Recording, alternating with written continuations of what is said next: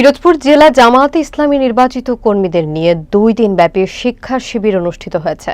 শনিবার রাতে আল্লামা সাঈদী ফাউন্ডেশন কার্যালয়ে শিবিরের আয়োজন করে পিরোজপুর আল্লামা সাঈদী ফাউন্ডেশন।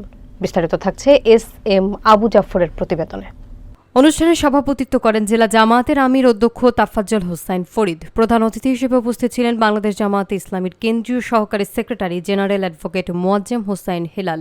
আরও উপস্থিত ছিলেন জেলা সেক্রেটারি অধ্যক্ষ জহিরুল হক, নায়েবে আমির মাওলানা আব্দুর রব, সহকারী সেক্রেটারি শেখ আব্দুর রাজ্জাক, সদর উপজেলা আমির মাওলানা সিদ্দিকুর রহমান সহ অনেকে। প্রধান অতিথি বলেন, 53 বছর যারা ক্ষমতায় থেকেছে, জনগণ এখন তাদের বিকল্প খুঁজছে।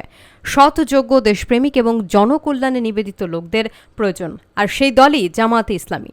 তিনি আরও বলেন, 15 বছর ধরে জামাতকে নিশ্চিহ্ন করতে চেয়েছিল, তবু ধৈর্য, ত্যাগ এবং আল্লাহর ওপর ভরসা রেখে আমাদের কর্মীরা দেশের জন্য কাজ করছে।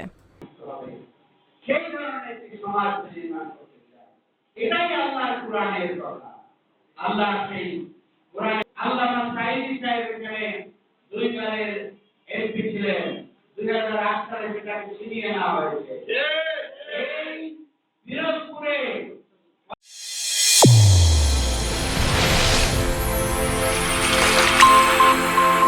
চ্যানেল A1 হৃদয়ের স্পন্দন।